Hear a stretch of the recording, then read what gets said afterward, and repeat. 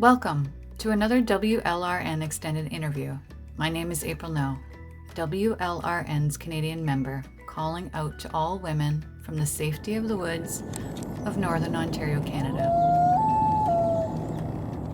WLRN member Emiliann Lorenzen secured an intimate interview with another attendee of the Sovereign Women Speak Conference, recently held in Seattle, Washington, through the weekend of August 20th through 23rd. Charlie Jacobs is a mother to a daughter who has been identifying as trans for the past year. In this raw and personal WLRN interview, Charlie details her struggles with protecting her daughter against the school system, online predators, and the transgender craze, intent on separating Charlie's daughter from the rest of her family. Listen now.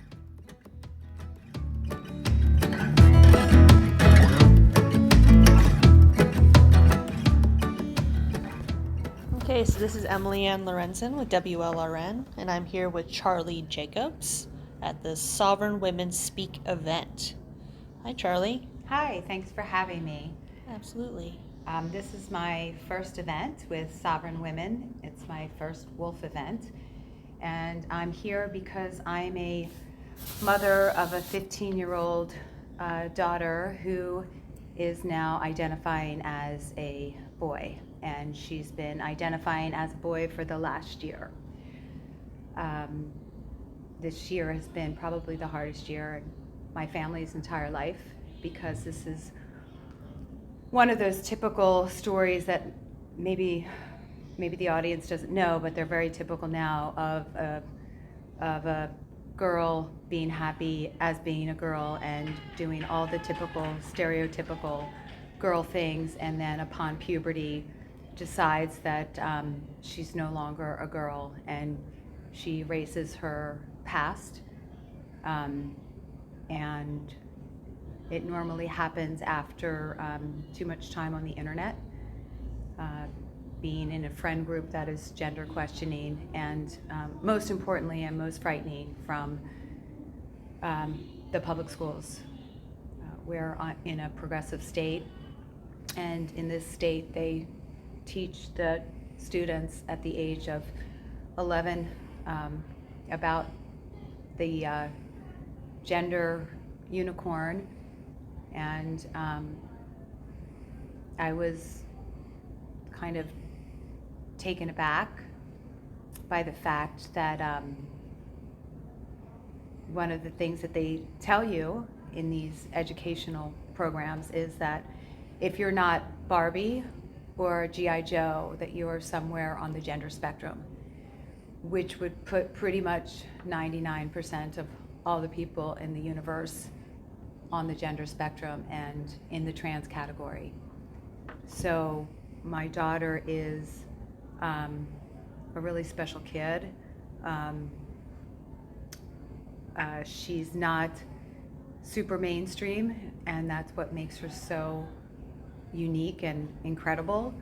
But because she didn't fall into the Lululemon kind of bucket as she got older, she started to search in the internet to find out what she must be, and stumbled upon the trans ideology. And once she stumbled upon that, she started to get groomed by older trans, I'm going to call them older girls who think that they're boys. How old was she? She was 14, and a 17-year-old girl groomed her in a way that would make your hair curl. She sent her pornography, lots of pornography. She introduced her to anime in a deep way. And anime, it's a cartoon, and you think that it's a harmless, silly cartoon. It's not, and anime quickly dissolves into sadomasochistic kind of themes, a lot of transgender themes, a lot of violence, a lot of gang violence, and my daughter was exposed to the dark web, and I couldn't prevent it. I checked her phone a lot. She set up fake accounts. 25-year-olds were reaching out to her. Older people were reaching out to her. She set up Twitter accounts that I was unaware of. I took her phone. Friends would supply her with new phones. It's a game of whack-a-mole that, as a parent, every day I wake up and I think, how can I keep my daughter safe? And I have no answer for that because, sorry, I'm gonna cry. Okay. There's very few people fighting for us. There's very few people who don't think that I'm a homophobe or a transphobe or an abusive parent because I'm trying to save my daughter from a lifelong of medicalization and what I think will be a long-term mistake. The politicians are against us. The teachers are against us. I sent my daughter to a public high school during COVID. The school never met my daughter, never laid eyes on her because it was COVID, and the school changed her name. That was the second thing I gave her. The first thing I gave her was my body and life. The second thing I gave her was her name. And that school decided to take that from me and from her and to erase the daughter that I raised for 14 years. I asked the school administrator to tell me one fact about my daughter. That wasn't her address. They couldn't tell me the color of her hair, the color of her eyes, what she likes, any names of her friends. They couldn't tell anything about me because I was assumed to be an abusive parent. So what did they know about me? They knew nothing about me. Yet somehow they are safeguarding my child. How is that even possible? How is that happening in America, that I have no parental rights for my child? I raised her, I birthed her, and some stranger changed her name. How did you find out about the name change? Did they ask permission? How did you No, find out? they did not ask for permission. I found it out because the administrator called me because my daughter had been doing something on her iPad that they wanted to check in on.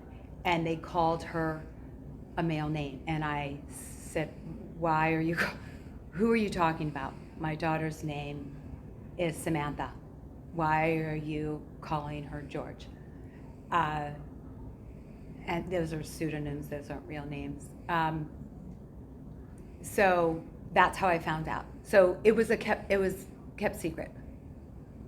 And it was going to continue to be kept a secret. And the school proudly announced, well, that they hadn't officially changed her name, which I said they couldn't. And they're inclusive and they're safe. And so I pulled her out of that school. And I sent her to a Catholic school. Well, that Catholic school is currently refusing to call her by her birth name.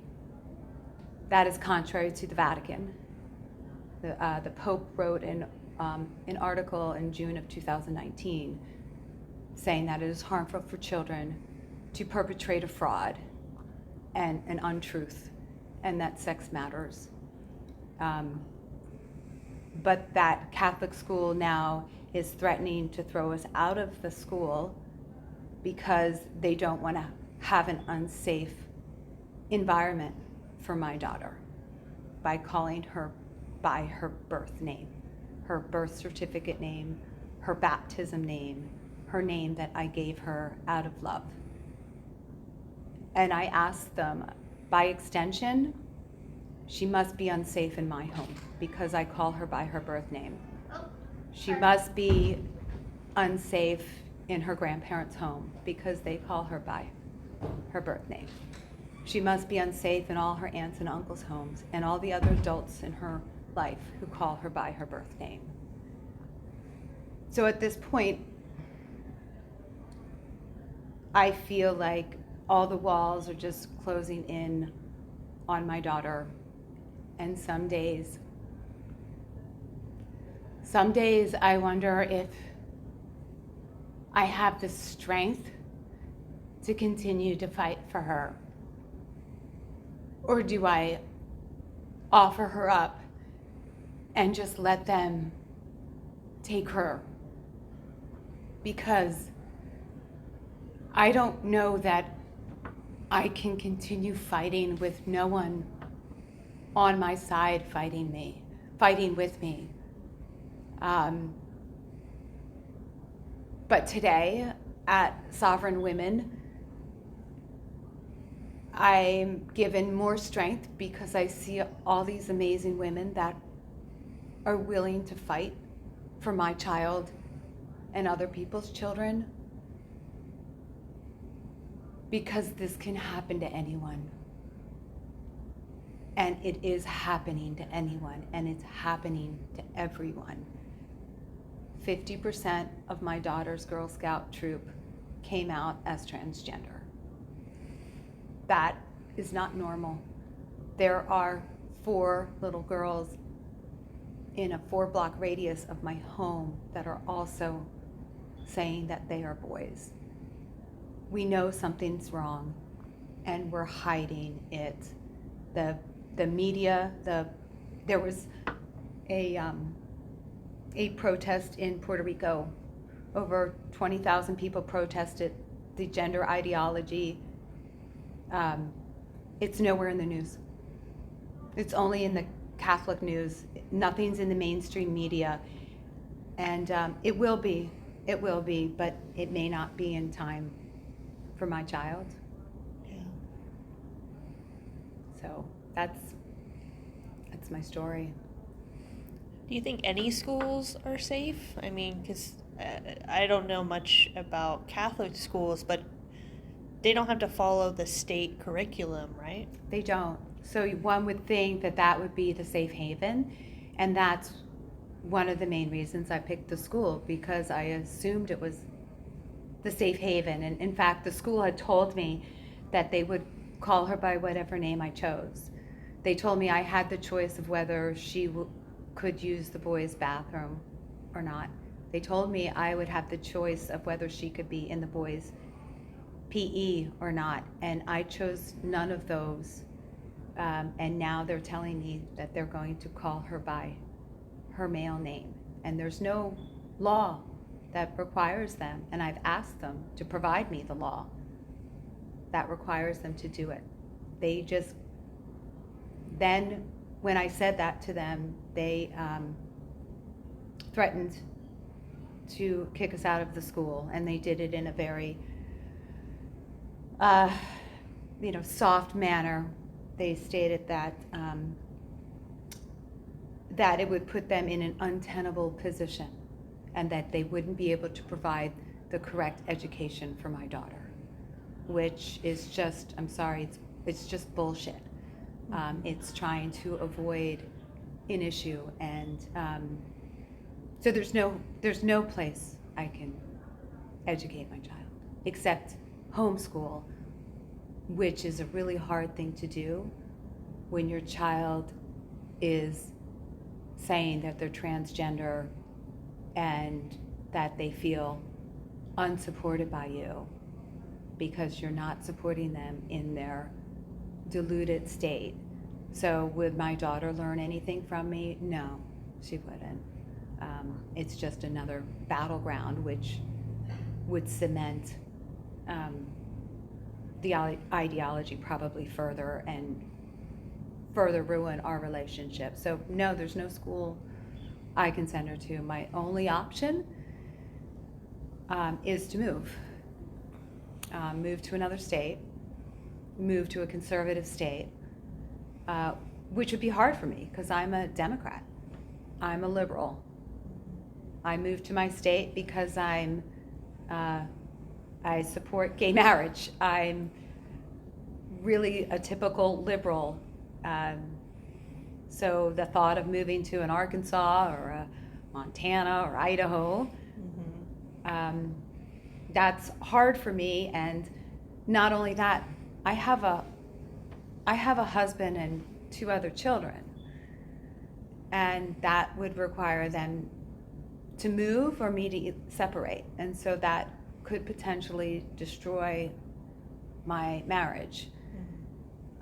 And also my 2 other children lose out on a mother while I educate my other child, and I shouldn't have to make that choice. I don't know how it is that parental rights have been destroyed to such an extent that I can't make any decisions for my own child. Yeah. Are your other children affected by this trans stuff at all? They're affected as far as they're terribly embarrassed of their sister.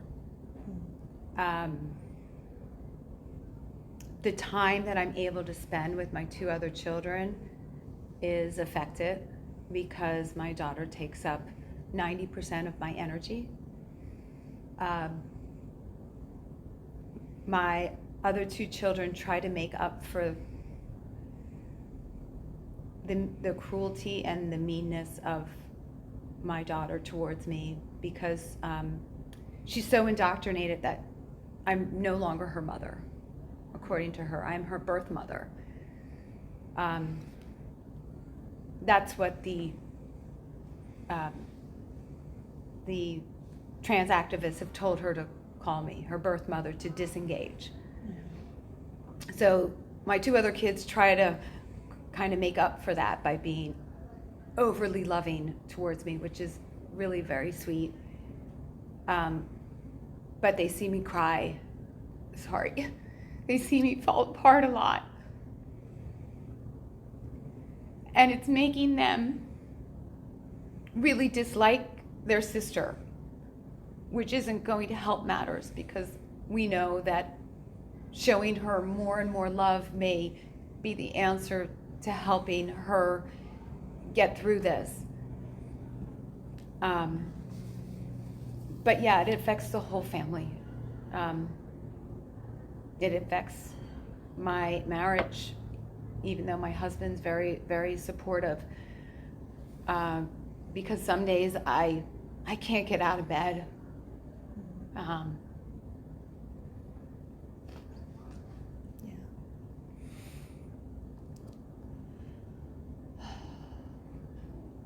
See if I had any questions. Yeah, that's a very powerful story. I'm so sorry you're going through that. I really am.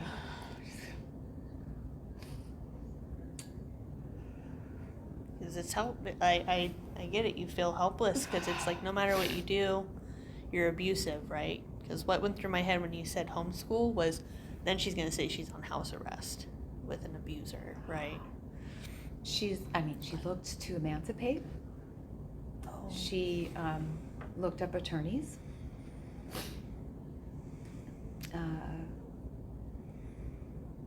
Yeah.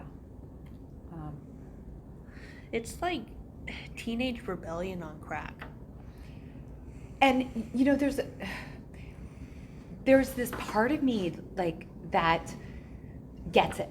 Mm-hmm. Because when we were kids, and I'm way older than you, but when we were kids, we could do ring and run. You'd hang up the phone. You'd order pizzas to people's houses. You did a whole bunch of nonsensical pranks. Yeah. You got that stuff at, like, you're supposed to do that. You're supposed to do a whole bunch of stupid stuff as kids. And there is the helicopter parenting where we're on top of our kids and they don't get to do anything. That's not how we parent this kid. Like, she had a long leash, still watchful, but I don't know where I'm going with this. I mean, they're not allowed, they're told they're not allowed to feel discomfort. They're told that they're victims of everything. And so these kids, they use language, the language she uses, I feel uncomfortable in our house. What does that mean? Where do you get this language from? This, and I'm so sick of the word safe. I feel unsafe. How do you feel unsafe with a name? It's not an assault. All this language has been changed and these kids have adopted it. And so they really believe that they're victims.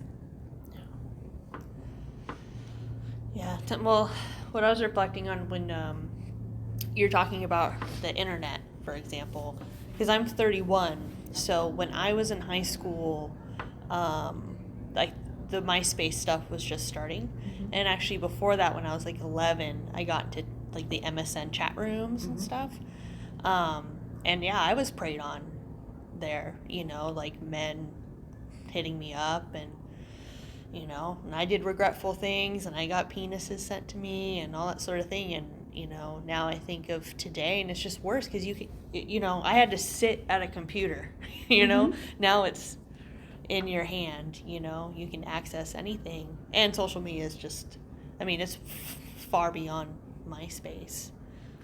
Yeah, I mean, it's easy prey. I mean, these pedophiles, they prey on these kids. They get into like Club Penguin. They get into like little games for young kids, and these kids aren't mature enough to understand that they're not their friends.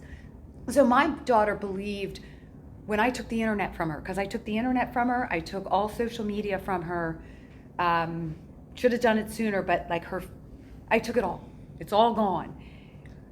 But she complained that I took all of her friends from her, like that these were real people, that they were human. They're not. They're avatars. They're pedophiles. They're older people.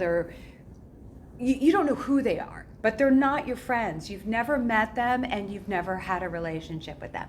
But in her mind, those were her best friends, and that to me it's a very frightening thing. And then with COVID, it got all worse too, because kids who were a little uncomfortable, which I'm sorry, I'm over 50. I'm uncomfortable all the time. I walk into a room, I don't know anyone. Yeah, you kind of you still have that high school feeling where you're holding the lunch tray and you're like, oh my God, I don't know anybody. I'm going to run away. Everyone's looking at me. That's a part of life. I'm sorry, it doesn't ever go away. You still are going to be uncomfortable. You learn how to deal with it as you're older. But with COVID, you could hide again behind this avatar and this fake you. You could become the cool kid somehow by creating a whole new persona. And then and then relationships in the real world are so much harder then, because like the facade is going to blow up. Oh yeah. You're not that perfect person who did that 10-minute TikTok looking adorable. You actually have a zit on your face. Yeah. You actually are a little pudgy or too skinny or whatever it is, or this world, like we grew up and we had like 5 supermodels and we knew we weren't these supermodels. Now everybody's a supermodel, or everybody's life is better than yours. And so you have to stand out too, because I'm telling you, the trans thing too, she became a special right away. Oh yeah. I mean, the accolades, the love bombs, the cheering, how brave you are. The psychologist we had first told me how proud I should be of my son. How proud I should be that he is able to voice his new gender identity. Like, what teenager doesn't want to hear an adult is proud of them and how amazing you are and how brave? It's, she became an overnight sensation. Everybody wanted to be friends with her. She was the trans kid. Everybody wants to have a trans kid friend, because I'm sorry, but lesbians are boring. It wasn't good enough to be lesbian. Yep. Pansexual got a little more kudos. Yeah. But trans, nothing beats the trans. Nothing beats it. You know, teachers are afraid of her. People are afraid of her. You know, they offer to do special things for her. She doesn't have to follow the rules. There's a uniform at school. She doesn't have to follow it. She's a special. Yeah, it's social capital. Yes. Yeah. And then she's not, by the way, a white privileged Right. child anymore. Well, that's like in Abigail Schreier's book, but you've read it. Of course. Yeah, and she's basically saying like all these privileged kids, like they're finding their way to be rebellious. When I was a teenager, rebellion to me was being goth. Right. You know? And now Right. it's Which being I trans. take any day. Yeah. I mean, I take it any day, and now it's being trans. Yeah. And it is white privilege. I mean, the kids that are going through this, they're all pretty much from affluent families, educated families, accepting, Yeah. comfortable, democratic. The majority are liberals. It's really, really strange. I mean, it's turning now because now it's become more prey.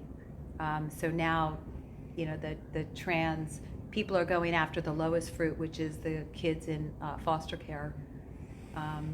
In California, 12-year-olds in foster care can dictate their own gender health, and they can start on testosterone at the age of 12. You are listening to WLRN.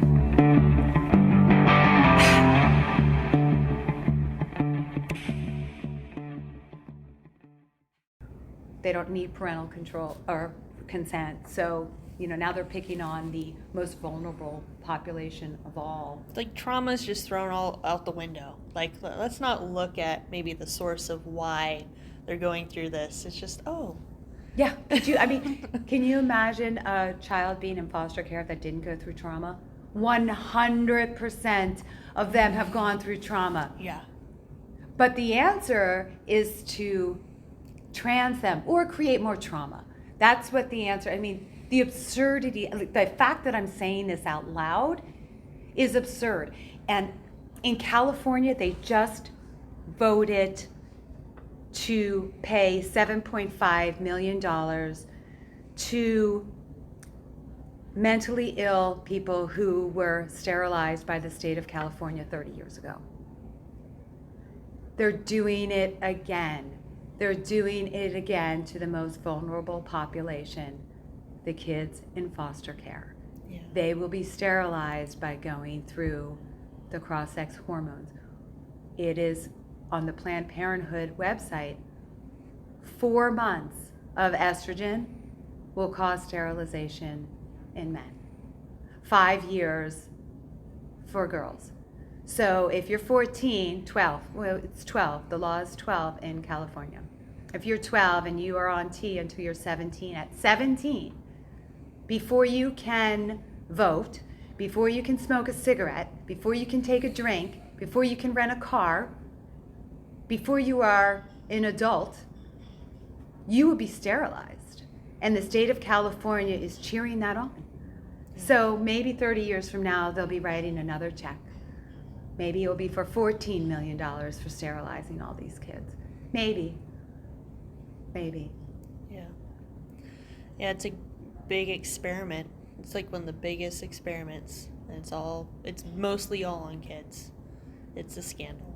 If you go to any Planned Parenthood website, and I quoted this, they will go through the side effects of testosterone. And it's a 12-minute video. It doesn't take very long. And the majority of it is, we don't know. There are no studies. We don't know if there's a higher risk of this cancer, this cancer, this cancer, this cancer. We don't know if there's a higher likelihood of a shortened lifespan. We don't know. Yet they're meting it out on a consent basis. Yeah. On your 18th birthday, walk on in. No mental health assessment needed. And that's a shame because I supported Planned Parenthood. Mm-hmm. I supported the ACLU. Right. Yeah. I supported the Southern Law, I forget what it's called, but now they're on the trans train too. I supported the DCC. I don't even know who to vote for anymore. So do you think it's all rooted in money? Yes. Well, both. No, there's two components to it. Okay. So clearly it's rooted in money with the fact that there is a $1.5 billion projection over the next 5 years in revenue for transgender medicine. And I think that's on global market. So that's a 25% growth market. That's pretty darn intriguing, is it not? Right. The surgeons, if you go to their Facebook, Dr. Gallagher's, who's all over TikTok, you can see her on her yacht drinking Dom Perignon. And she is the most prolific breast removal surgeon in the country and on minor children.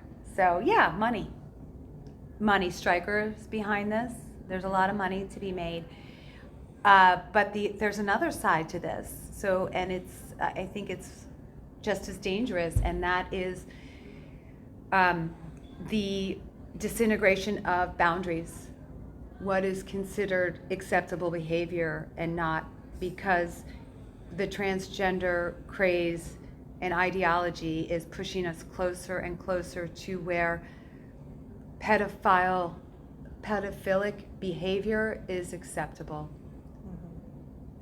They're teaching younger and younger children about sex acts, not just about sex, but sex acts. And it is to numb them and to make everything seem normalized, that a young child should be thinking about his or her sexuality at the age of 9, at the age of 7, 6. We're moving closer and closer to where it's going to be okay to have sex with children. And that's the other push that gets swept under, because the trans activists, I think that is their goal. The kink, the S&M, because I saw it all on my daughter's phone. What would you say to somebody who says, well, back in the day, people said that homosexuals were perverts and pedophiles? How is it any different than you saying that the trans movement is connected to pedophilia?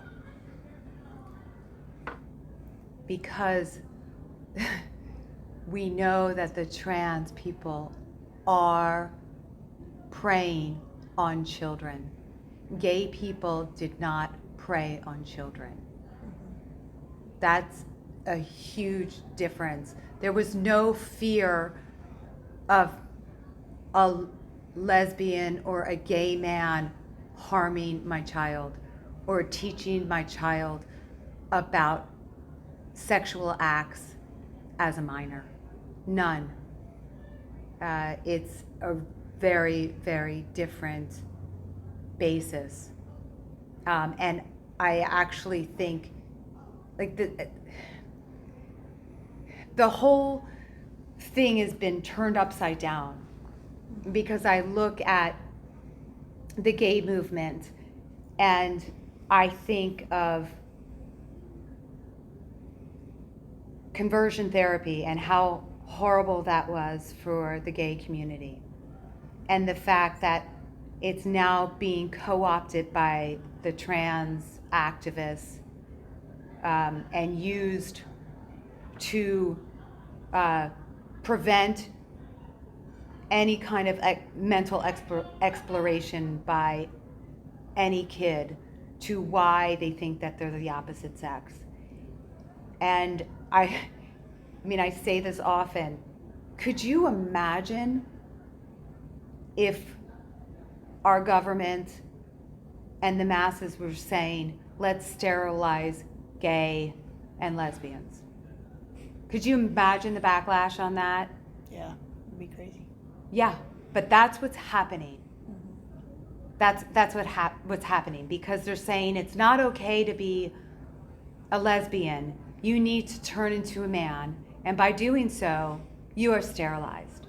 And likewise, if you're a boy who likes to play with girls' toys, we're going to pump your body with puberty blockers. You will never be able to have children, and we're sterilizing you. So we're actually going backwards, really far backwards. Yeah, absolutely. Oh, yeah, because to be gay, you know, you don't have to take medication, you don't need surgery. You might need a little bit of therapy. Who doesn't need a little bit of therapy? But, you know, you just are. You just date men or women, or, you know, do your thing, and nobody has to be a part of it.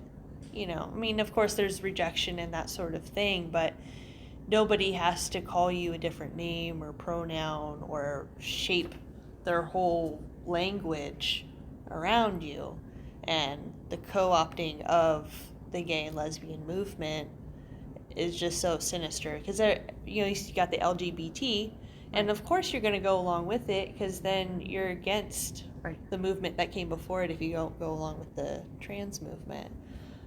So a lot of us are just in a pickle. You know? Well, right, and I think that's the trans activist playbook, is to co-op, because no one's going to say that they don't like gay people. I mean, Yeah. no one's going to say that. Nobody wants to say that. Nobody believes that.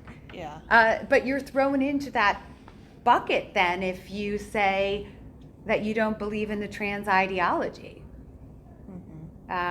And even gay people aren't allowed to say that they're against the trans ideology. They get kicked out. Lesbians are getting short shrift on all of this, and being told that they have to accept trans women as women. And you're attracted to who you're attracted to. You can't force that. Yeah. That is part of who you are. I'm not attracted to, you know, a certain type of man. Yeah. It's not like every man you see you could like, No, ooh. and you can't make me be attracted to a certain type of man. Yeah. And I think that's wrong to force me to be attracted to any person. There's a huge difference between the trans movement and lesbianism and the gay movement. You're right. The medicalization changes the whole dynamics of it. There's no money to be made in the lesbian and gay movement anymore. There's no money. Except the rainbow corporate stuff. But yeah. Yeah, The but pandering. But yeah. There's money to be made in the trans activists. Every corporation now has their inclusion group. I mean, people are making lots of money on this. Absolutely. You can't walk into a department store now and not see some kind of trans symbolism. They're all jumping on the bandwagon and celebrating the medicalization. I mean, that's the thing that we also have to concentrate on. That's a lifelong journey. Every day this person has to get up and put on a costume, and their whole day is determined on whether they pass or not. And the world is required to change their brain and what they see and their knee-jerk reaction to suit this person's fantasy. Women are hardwired to determine the sex of a person standing before them in a nanosecond.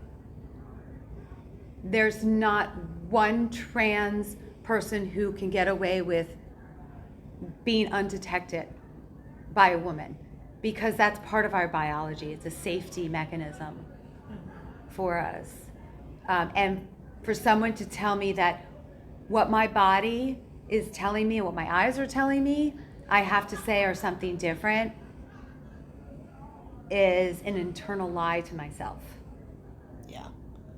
Yeah, participate in the lie and the delusion.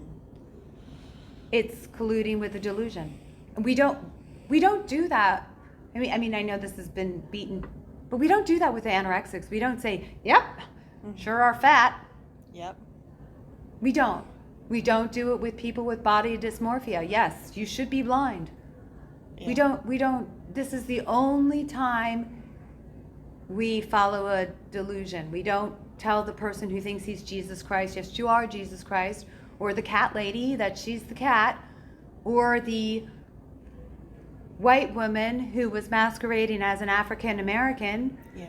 We don't say that that's okay. Or recently the fellow in England who now identifies as being Asian. He's not Asian. Yeah. I want to be a supermodel. Yeah. I identify as a supermodel and as a 19-year-old. I'm not. You don't have to treat me as one. Yeah. You shouldn't be expected to treat me as one. Yeah. One thing is that it's a total lack of like self-love and self-acceptance, right? Because they talk about being your authentic self. It's like, how is injecting yourself with hormones and having surgeries and changing everything about you, basically being your authentic self? Like, for me, being on any kind of spiritual journey, it was like radical acceptance. Like, this is who I am, this is what my body looks like, this is what I'm going through, and accepting it and moving through it and all of that. And it's being sold as self-love, sold as authenticity, but it's actually the complete opposite. Correct. Yeah, completely. And you know that because they put labels on everything too. Yes. There's no, like I said, I went to one of these meetings. I think it was a PFLAG meeting, and I stood up and I said, why aren't we teaching our kids just to be? Like, why do we have to have them introduce themselves with pronouns and a description of who they're attracted to? Because when I introduce myself, I just say, "Hi, I'm Charlie." Right. I don't say who I'm attracted to. I don't say whether I had a relationship with a woman or a man before. I don't say anything about that. I just say I'm Charlie. And that's what we should be teaching kids. You are who you are. Look in the mirror and love yourself for who you are. Yeah. And these kids, there's now studies post-surgery. There's 19 times more likely to commit suicide post-surgery after transitioning.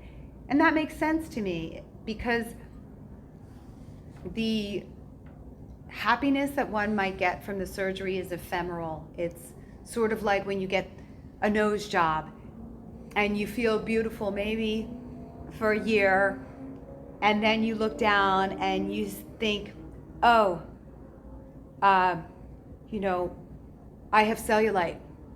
I really want to get rid of my cellulite. So you're done with your nose. Now you move on to your cellulite. You're always searching and never accepting. And I would expect that after all of these surgeries and the excitement wears off, that you still look in the mirror and you say, I still don't like what I see, because you never liked yourself. And you cannot heal the mind by changing the body. It doesn't work that way. Yeah. You cannot do it. It's like losing weight too. Like, a lot of people do the I'll be happy when I lose weight, I'll be happy when I buy the house. Yes. And then they do, and then they still hate themselves because they didn't do the work.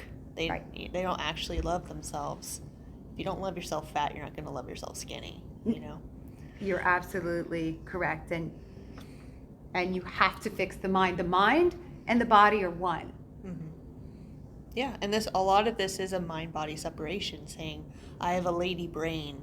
It's like, Wait, there's no such thing. yeah, right. There's no such thing. So to wrap up, do you have anything that you would like to say to maybe parents who are going through a similar situation?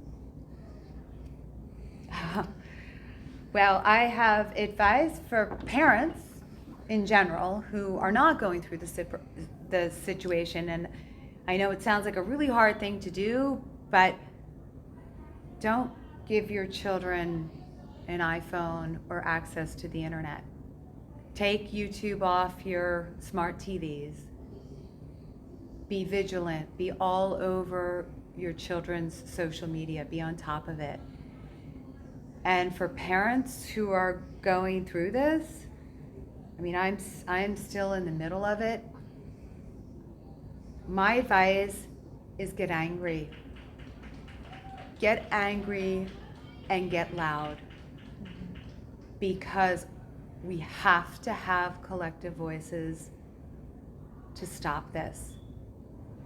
And until people hear from the parents and see our pain, it's going to continue.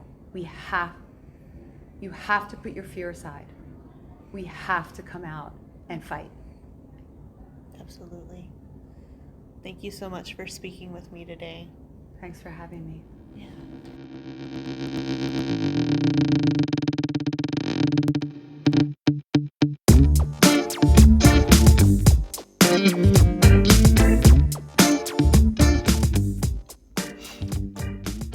Thanks for listening to another WLRN extended interview. I hope you enjoyed the interview WLRN member Emiliann Lorenzen did with Charlie Jacobs, a mother with a mission to save her daughter from the transgender craze.